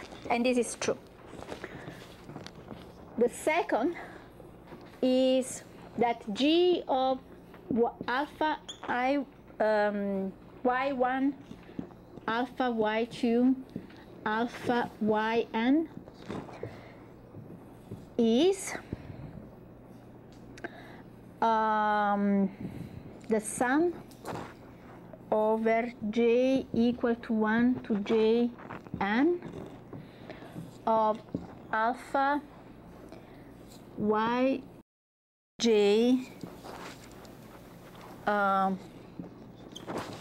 mu.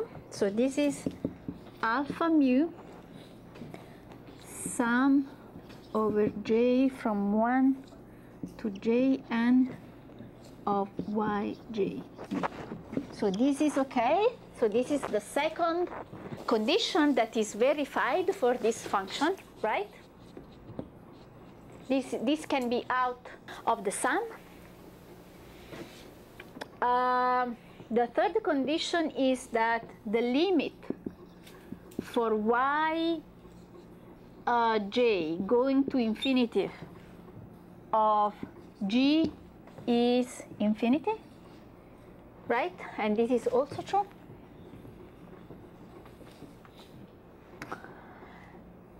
And the fourth is that the first derivative of g with respect to yi is non-negative. And this is going to be mu sum over j equal to jn of yj mu minus 1. If this is non-negative, this is also non-negative, right? So this is a good function. So the four characteristics of this G are verified for Logit. So it means that I can calculate the probability of n choosing I. And this is the first derivative of G with respect to y. So this is mu.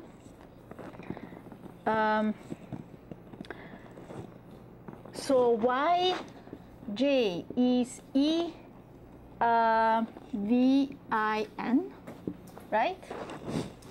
This is for Logit, right? So this will be E V I N multiplied mu minus 1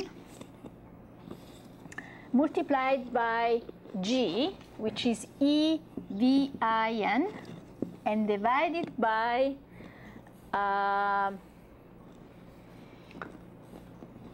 mu sum over j from 1 to jn of E mu Vjn, which is G, right? G on the denominator, yi is the first derivative, and gi. So Pni finally is mu, and mu can be deleted. This is going to be EVIN divided by E, the sum over all the j of E mu. Actually, there is a mu here, mu Vjn. And this is Logit, right? I will go over this calculation again. I just wanted to arrive at the end because I'm not very good with this calculation on the blackboard, but we did it. Okay, so the idea is I define a generic function g with this characteristic from which I can derive the probability as the product of the first derivative by gi divided by g, right? So this is, so McFadden says, if you have this G with these four characteristics, then you can derive the choice probability this way. And then it means that this model belongs to the GEV family. So let's do this for Logit, right? So the generic function G that needs to have these four characteristics is defined this way. The sum over all the alternative of yj exponent mu. G is, so for Logit, this is the function, right? It's EVIN. Actually, it's mu. Or no, mu is here. So G is is non-negative. If these are non-negative, this is non-negative. Each component is non-negative, right? If I multiply all this lambda, I want this to be true, and this is in fact true, right? I can get this out. The limit of when y goes to infinity, g also goes to infinity. This is true for the exponential. And the first derivative is this. So if this is true, I can say that the probability of choosing I is the first derivative multiplied for gi and divided by g, right? So it means that the first derivative is this, mu EVIN mu minus 1, multiplied by EVIN, which is GI, and divided by G. G is the sum over this. And I can have this mu out because of this property, right? At the end, that's what you get. Mu is deleted. This is E mu VIN. Actually, this mu, you have not seen this mu many times, right? In Logit, we have this, right? This mu is the scale of the utility. Actually, if you work with one data set, if you work just with Logit, you don't need to account for this mu. In reality, when you estimate a model, the coefficient that you estimate beta are in fact divided by this mu, which is the scale of the model. It's fine not to have a mu when you are just estimating, when we are just working with one model. If you have different data set, you need to account for the scale because the scale will be different in each data set. But I will go back to this concept later when I will show you the joint estimation of RPSP, right? So for now, you just need to know that this is the scale of the model mu. And that when you estimate the beta, actually this beta are divided by the mu. Because the beta you see are contained here. So these are divided by mu, and so all the utility is multiplied by the scale of the model, which is mu. All right? Okay.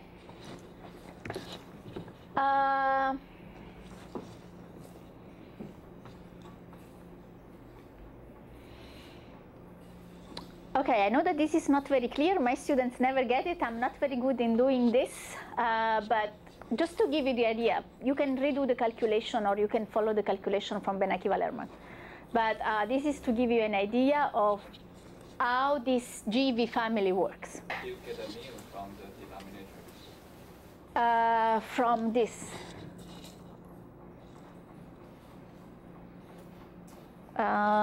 Let's see.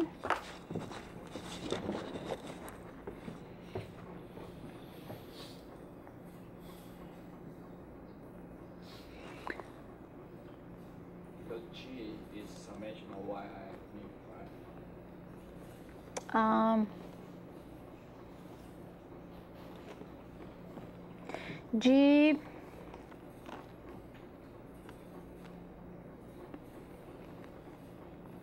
I don't know, but somehow you get this mu. I knew that I always make mistake when I do this, but anyway, this is the idea. The mu on the denominator is from the first derivative, and this mu here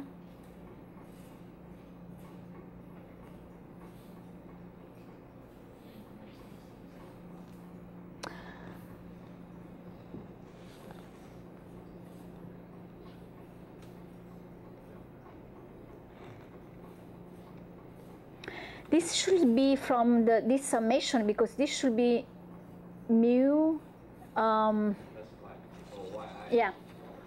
So all these models are disaggregate choice model, right? So it means that we are dealing with choice made by individuals, by a single individual. That's why we talk about disaggregate choice model, which is so we work with individual choices. At one point, we cannot deliver to a decision maker the individual decision. We need at one point to aggregate these choices and say, well, this population will make these choices. So you need to aggregate at one point. So it's very nice to work with the individual choices, but at one point, when we needed to deliver the final results, we needed to aggregate all these individual probabilities, right? Because you want to say, well, the population in type A is choosing by 50% of the population in type A is choosing bus. 25% is biking, and the other 25% is choosing car. So at one point, you need to aggregate all this individual choice and deliver the decision of the market share for the entire population. There are two problems when trying to aggregate these results at a population scale. There are two problems. The first problem is I need to define the population. So I need to know exactly the population. So I need to know how many individuals with these characteristics are in the population, which is not always easy. Well, we have sources of data. I don't know if you have census data here. So in the US, we have census data. So we know how many individuals are in the population, and we have an idea about the characteristic of this population. At least we know the age, we know the gender, we know the status, and so on. So you need to know the characteristic of the population. And also the other thing that we took kind of for granted, when we defined V, this was the sum of all the beta multiplied by the x. So we also needed to know all these x across the population. So two problems. Define the population, so n, and define the population, the number of people in the population with certain characteristics, and define x. So these are two problems. If we knew exactly nt, and if we knew this x, so what we can do is we can say that the number of people in T choosing I is the sum over all the individual in the population that chooses I given xn, right? So that's what we want to deliver at the end. So the final results of our model is that the number of people in the population choosing the alternative I is the sum of the probability that each individual chooses I given the vector of the attribute xn, right? So there are two problems. I need to know how many people are in the population of interest, and I need to define for them the xn. These are the two main problems. Actually, these are expectations because we cannot calculate this exactly, but given that in transportation we work always with a very large population, we say that this probability that we calculate is a good approximation of the real probability. So if we work with share of the population, because at the end we always say the share of the population choosing car, the share of the population choosing bike, and so on. So the share of the population choosing I, this is 1 over nt, the sum over of pix, right? And this is the expectation of the probability of choosing I given xn. Given that we don't know xn, we in theory, we should calculate this over all the possible value of xn. And so suppose that we have a kind of distribution for xn.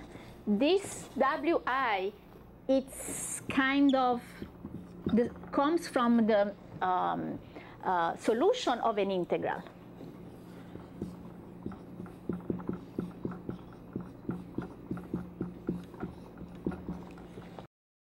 Right? Okay, so this is the distribution of these attributes over the population, which is some in theory. In reality, we don't know this distribution, and we cannot calculate this distribution. So in theory, we need to solve that. But in practice, we make some assumption in order to simplify the problem. And I want you to know which are these assumptions that we make when we apply the model, when we re-aggregate all the results at the population level. So one of the assumptions that we can make is that instead of working with each single individual in the population, we kind of construct an average individual with average characteristics. And instead of working with each single individual with his own characteristics, we work with an average individual. So what happens when we create with this average individual? We say that X is the mean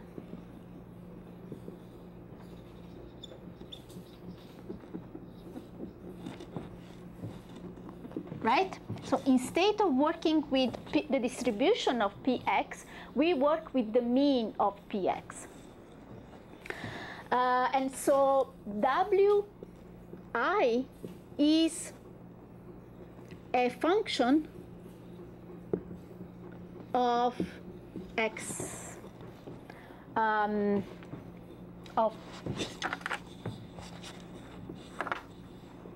Pi.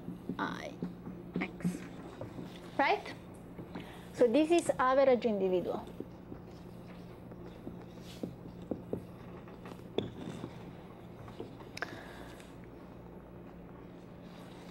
All right, but now, remember that the probability of choosing I given X, if this is X, remember the shape of this probability was something like that, right? It's not a linear relation. So what happens is, suppose that you have one individual with characteristics 1, and you have another individual with characteristic 2. So the vector of the attribute is x1 for one individual and x2 for another individual. Suppose, for example, that x1 is 2. Well, the other way around. Yeah, x1 is 0.5 and x2 is 2. Right? Suppose that we are in that condition. So the average is 1.25. Right?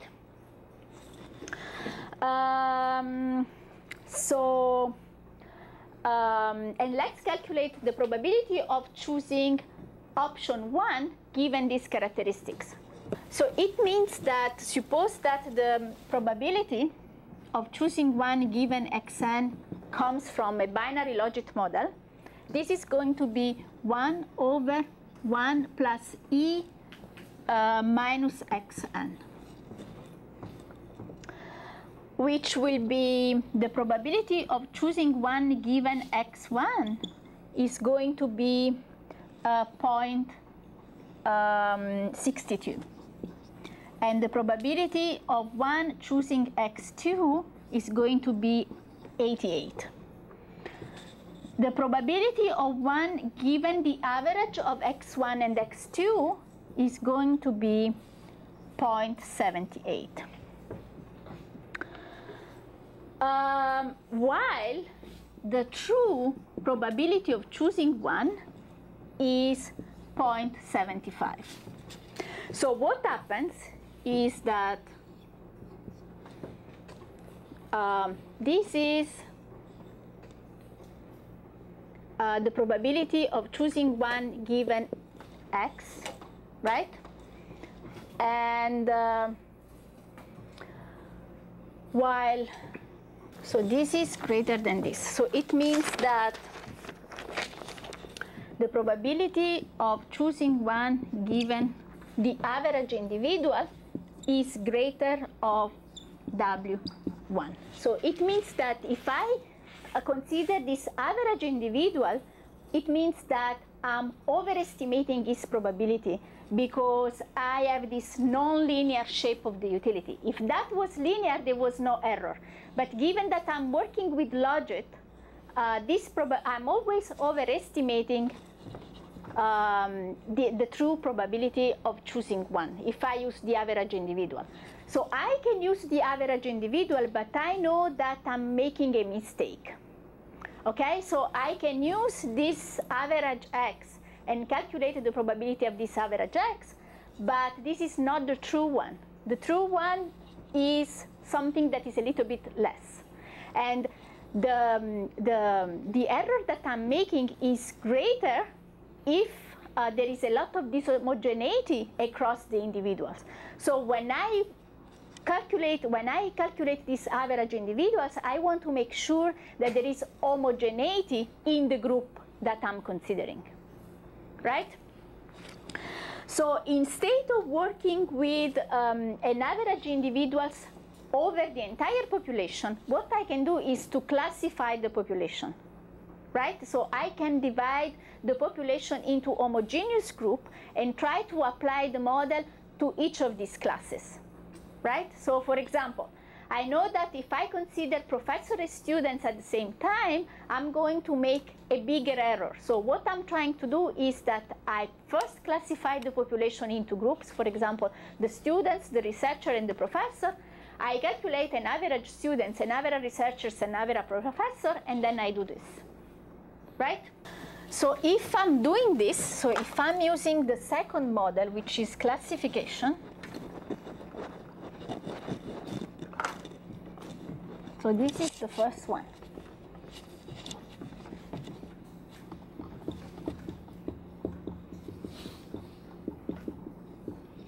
If I do classification, WI is the sum over all the groups in the population of the number of people in the group divided by the number of people in the total population that chooses I given the characteristics, the average characteristics of X in the group.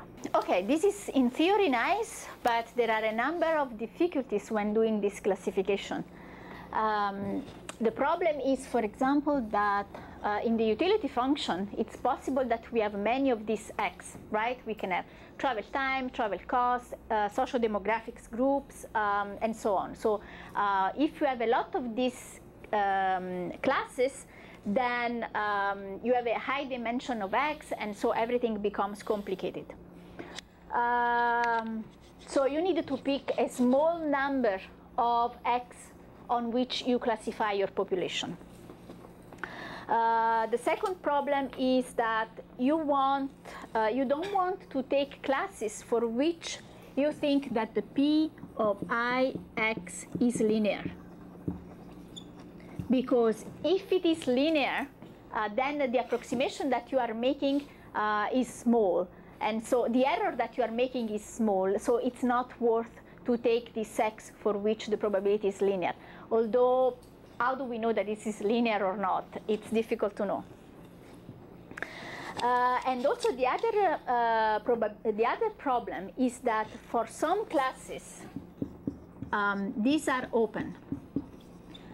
When this happens, for example, is when you take income, for example, because income can be from 0 to infinity. And so defining the classes for this is difficult, and especially defining the last class is also difficult. However, for some transportation problem, defining the classes is kind of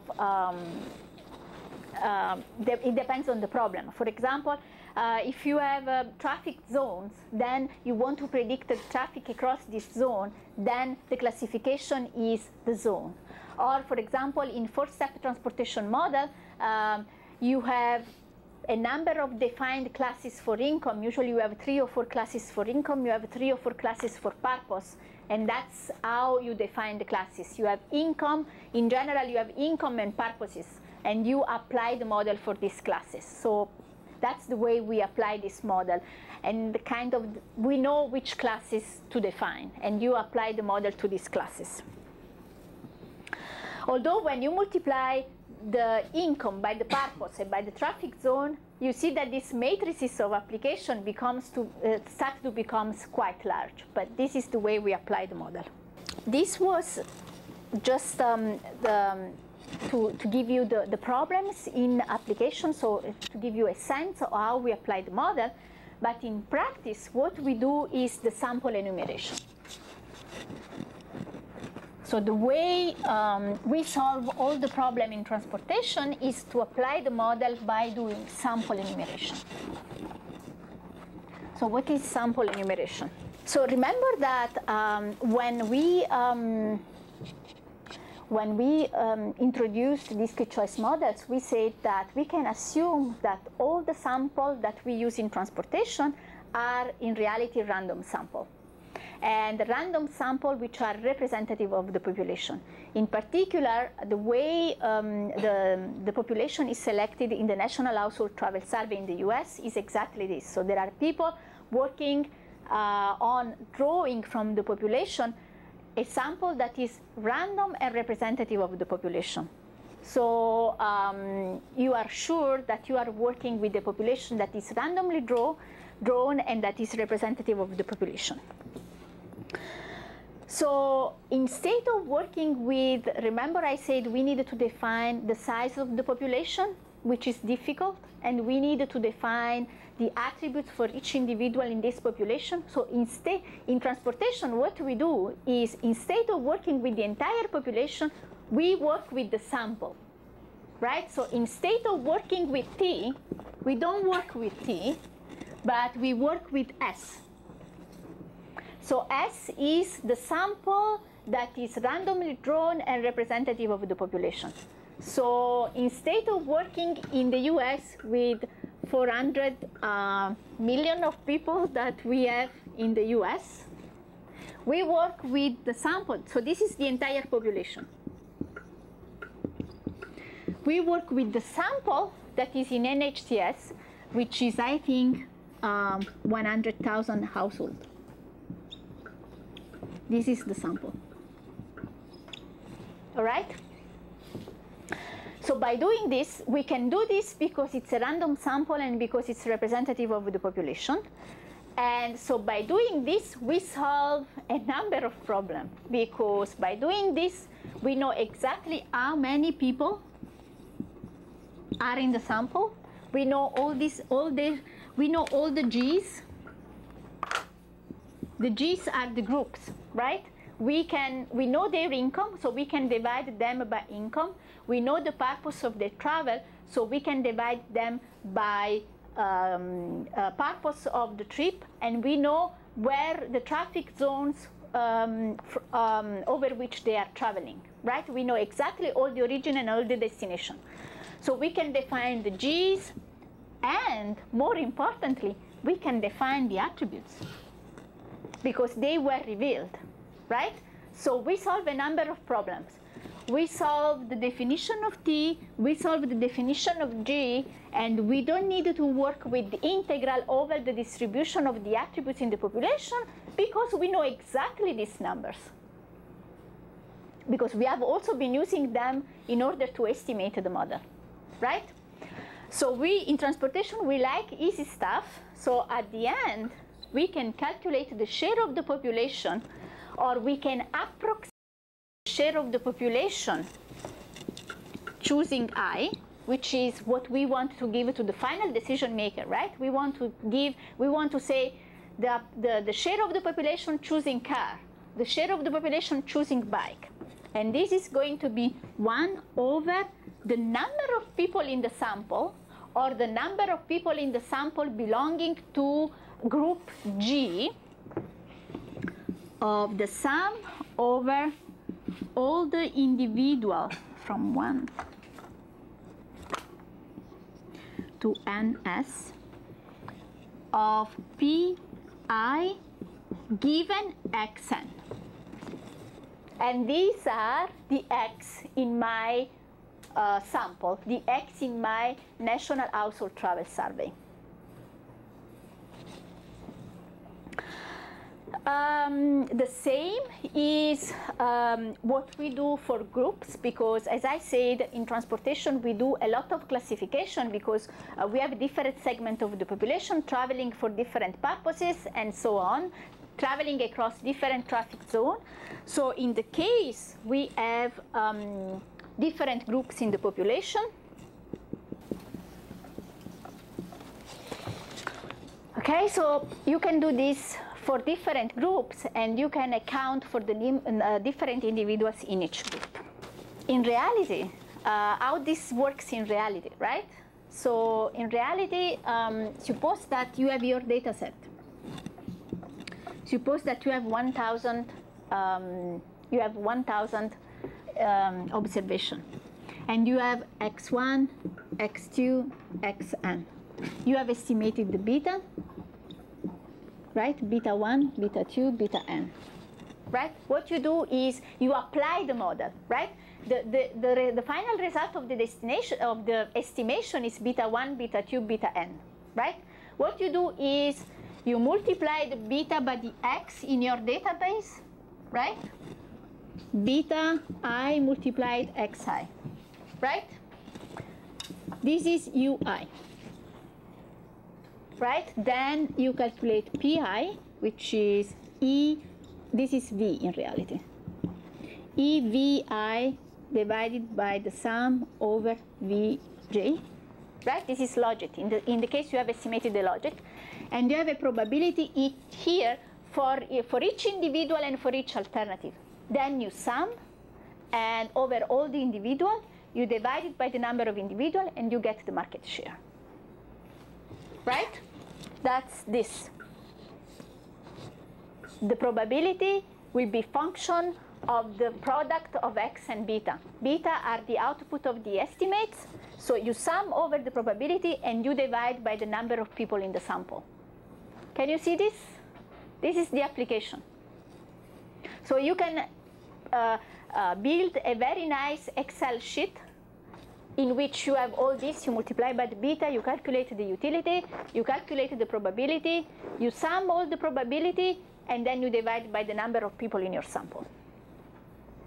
And you can also do this for groups, right? Suppose that you want to calculate the probability of choosing public transportation for low-income population.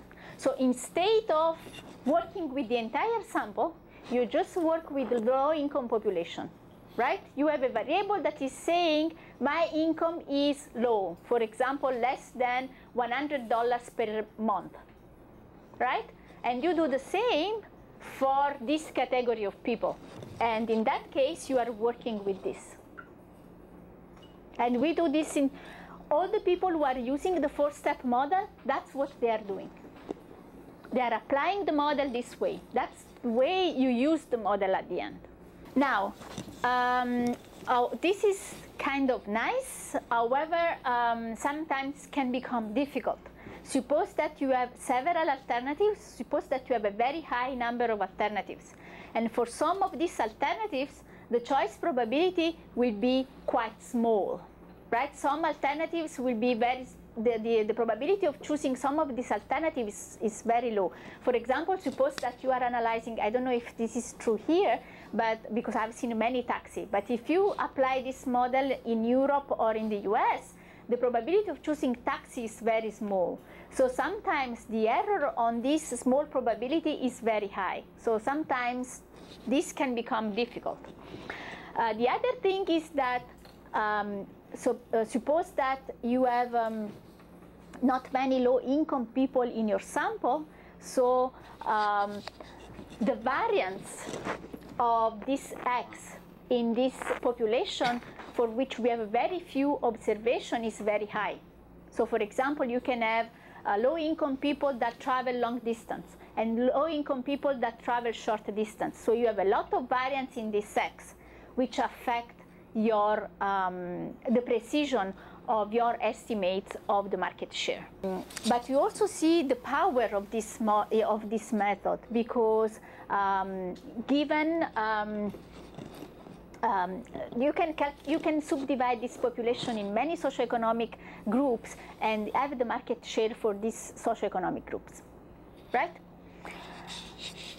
Okay. This is, so is this clear? Is this clear? Yes. Yeah. Are the NG and the NSG the same or they are different, NG and the NSG? Well, NG is the number of people in the group, And this is the number of people in the sample, I believe, but maybe there is a mistake. I'm not very good with this. I think the difference is that this is the number of people belonging to the group in the sample, and this is the number of total groups. I don't know. So should it be divided by NT? NT. It should be divided by NT. Very well taken. Yes, it should be divided by NT. Okay, the rest I think is fine. This is just, yeah. Okay. So this is the application of the model. But also, the other way you can apply this is for policy analysis, right? How can you apply this for policy analysis? What does it mean applying this for policy analysis? So this is just the application and the market share. But policy analysis, what does it mean, policy analysis? Let's see. We can have 20 minutes interaction. So now we are just able to tell to the decision maker that 50% are choosing car, 25% are choosing bike, and 25% are choosing public transportation. That's what the model predicts. We can say that, and we can also say, well, out of your population, for example, if you want to know the needs of the low-income population, this population has this market share. So you can divide this population into socioeconomic groups. But policymakers are also interested in other things. What can that be? Policy, for example. Pricing, exactly. So suppose that you are a researcher, you have got a project, or you are working for a consulting company, and you go to the decision maker, and they will say, well, you know what's happening, that I need money to run a very good bus service, and I want to raise my fare, right? So what you can do here is that you apply the model under the actual condition with this X. These are the X now, right? But what you can do is that you can project this model in the future and suppose that this is, for example, X2 is, for example, fare, right? So the policymaker is saying, I want to increase the fare by 50%. So what you do, you go into your database, you multiply X2 by 1.5, so you increase the X2, you apply the model, and you calculate the new choice probability. And so what you expect is that the probability of choosing bus decreases while, for example, the probability of choosing car increases. So what you hope is that this decrease is not that big, and that still there is a gain for the policymakers in revenue by applying this. I'll give you a practical example. Recently in Chile, in Santiago, they have reorganized the entire bus services because it was a chaos. There were many operators. There were many operators, but these operators, they were able to, the service was very flexible in the sense that each people had a specific bus to reach a specific destination. So you were sure that by sitting in your bus for an hour, you will get at the destination. So the administrator, they said that this was very inefficient. So what they decided to do was, let's reorganize everything. Let's just have one operator. And so you can go from A to B if in a faster way. So travel time will be reduced, but you needed to change. So there won't be just one bus connecting each OD, but there will be one operator that is operating all these buses in a more efficient way.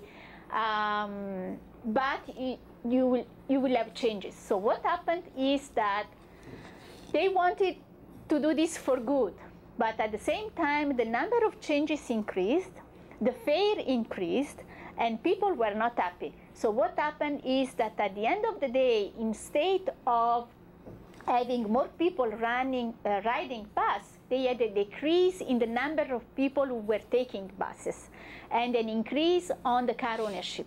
So they had more people buying a car because they didn't want to change so many times and pay so high fare. So this is what you can do by applying one of these. So if you had a model correctly specified with the number of changes and the fare, you should have been able to predict that there was a decrease in bus ridership under this.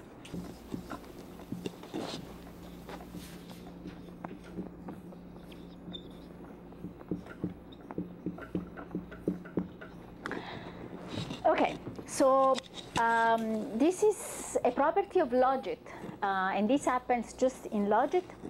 So if you have a complete set of alternative specific constant specified for your model, you are sure that you can reproduce the market share for your model. So what does it mean? It means that if you have three alternatives, so this is 0 plus beta 1 x1. You have alternative specific constant of 2 plus beta 1 x2. And you have alternative specific constant of 3 plus beta 1 x3. So if you have a complete set of alternative specific constant in your model, estimated, you are sure that if you apply this model, you can reproduce exactly the market share that is in your sample, and there are no errors. This is one of the properties of Logit. It's not true anymore when you estimate, for example, a mixed logit. So for example, if here you have 30% choosing 1, you have 20% choosing 2, and 50% choosing 3, if you apply this model, you can reproduce exactly the market share that is here. But this is for the total population. It's not true anymore when you do the subclassification, right? Except if you have this variable specified in your model for all the alternatives, except for one, right? So this is something that you can easily, it's one of the properties of Logit.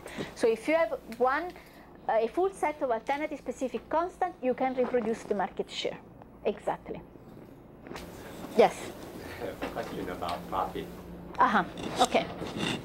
So you just say a Probit model is hard to calibrate. Yes. Because we have to use simulation. Yes. But as I know, there are some software to calibrate a Probit model. I think it is very easy to use this software. For example, the LIMDEP. I'm not sure the detail in LIMDEP. Yeah. Well, is it good on calibrating the Probit? Yeah. I have no experience in using LIMDEP, honestly. Well, LIMDEP is a good software, but still, for example, the optimization software behind that is linear search, so it can be quite slow and quite inefficient. And I don't know if LIMDEP has a limitation, for example, in the number of alternatives that can be.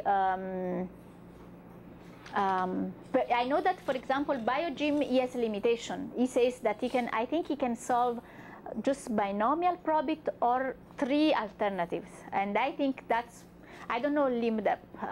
Also, I've never used LIMDEP also because you needed to pay for it. But we have implemented the Probit in our own, we have our own code to do Probit. And it's very difficult to calibrate. Also because the function is a stepwise function. You know, it's not smooth, and so this makes the calibration of this. If you are trapped here, for example, you think that you have reached. If you calculated the first derivative here, this is flat, and so it means you think that you are. You have reached the maximum, which is in reality is not true because this is still increasing. So this is a Probit. The problem of Probit is this stepwise function to be maximized, and it's not easy. While the mixed logit, which also is calibrated with simulation, at the end of the day, it's a mixture of logit. So it's a smooth function. So kind of it's like this, the mixed logit. That's why it's much easier to estimate. The only problem is that when you reach the top, it's very flat. So you lose a lot of time trying to improve a log likelihood function that in reality is flat. So we have a lot of trouble Probit by doing this. And also the other problem is sometimes you have a very, remember the accept-reject algorithm? Sometimes we have zero accept. So sometimes we are trapped with zero probability that should not be there, because the probability should be between 0 and 1. But we have this, all these accept are 0, especially in the continuous part. And so I will show you this problem. Actually, we are writing a paper on this. So it's different to my imagination, to my experience. Have you calibrated the Probit? Yeah. Oh, yes? It can be used as Oh. paper, and they're very easy to use. And it gives... It can be used with many alternatives. With many alternatives, and you can calibrate full variance covariance matrix without any problem? I don't know which... I'm not sure, but I should get more information about the details. Yeah, I will be very curious to see if this is true. And well, what I was going to say. So yeah, you should verify how many alternatives. And I'm not sure if Limdam described the algorithm that he used to optimize the function. If it is accept reject or if it is something else.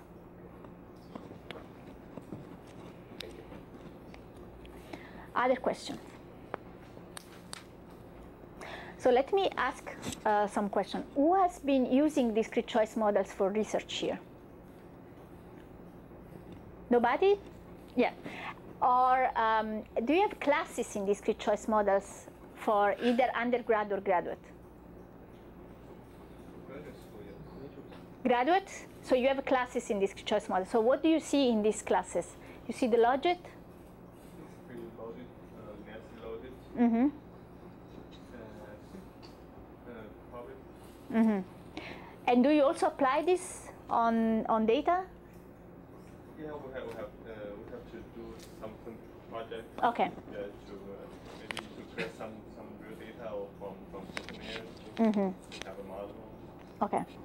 So nobody's using discrete choice models for his or her PhD thesis? No. Okay. So you see this in classes, but actually you don't use much for research, if I understand well. Okay. All right. Yeah, maybe I can give you some idea on what I'm working with my students. So now, if you see just some research idea. So if you see the publication, so in the last 10 years, there have been a lot of publication on mixed logit and all kinds of aspects of mixed logit. So estimation, trying to have more distribution, not just the normal estimated. So we had the normal, log normal, all kinds of triangular, uniform, non-parametric estimation. I will show you this tomorrow. But also the problem of estimation, because the estimation of mixed logit is also difficult. So instead of using Monte Carlo simulation, you can use quasi-Monte Carlo, you can use adaptive algorithm. So there was a lot of research on that. Now, also a lot of research in estimating random value of time distribution from mixed logit. Yeah, that's what Jason was doing when he was doing his PhD dissertation. Now it seems that this has kind of been, we did at least, I think we did too much. So now people are not working anymore much on mixed logit, but now they are working on latent classes and latent variables. Actually, I should show you something about this. So there are people working on latent classes, latent variables, which is Also part of this research on environmental aspect. You know, it's very difficult to quantify environmental aspect. If you are sensible to the environment, how do you quantify this in X, right? The fact that I'm sensible to the environment, especially, for example, in the US, suppose that I want to buy a new car, and I'm rich enough that I don't care about the price, but I care about other things, like how much I consume, if I emit greenhouse gas emission. So I cannot really quantify this, but I will say that all this perception of environmental variables is kind of latent. So I kind of construct latent variables out of other characteristics. And so there is a lot of research in latent classes and latent variables. The IATBR last year was about this all the time. So all people talking about latent classes and latent variables. There is also a lot of research on discrete continuous, try to combine discrete choices with the continuous choices. And one of the examples I was giving is all these models that try to forecast the number of cars and the number of miles that you travel, or activity and activity duration. So which kind of activities you do. So for example, I work and I work for 8 hours. So I want to be able to predict if I work and how much I work, if I go to the restaurants and how much I spend it at restaurants, and so on, because this is important for activity-based. Other things that you can see in research are, for example, spatial correlation. So Probit can be adapted to study this spatial correlation, or mixed logit can handle spatial correlation, but still I don't think we have done a good job in handling this spatial correlation, at least in transportation. And there are many people trying to look at how other disciplines are doing this.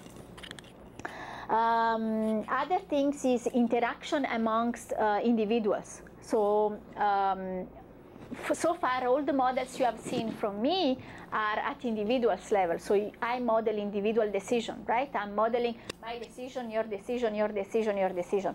But when you work with activity-based models, you have household making decision at the same time. So if I'm going to work at 8 o'clock in the morning, I cannot bring my daughter to school at 9 o'clock. So someone else needs to do. So the allocation of the activities is, there is interaction amongst the decision made by several individuals in the household. So people are working on that. What else? Social networks, for example, how my decisions are influenced by the people that I know. And the fact that I know many people, how these are affecting my decision. I have a PhD student who is working on that.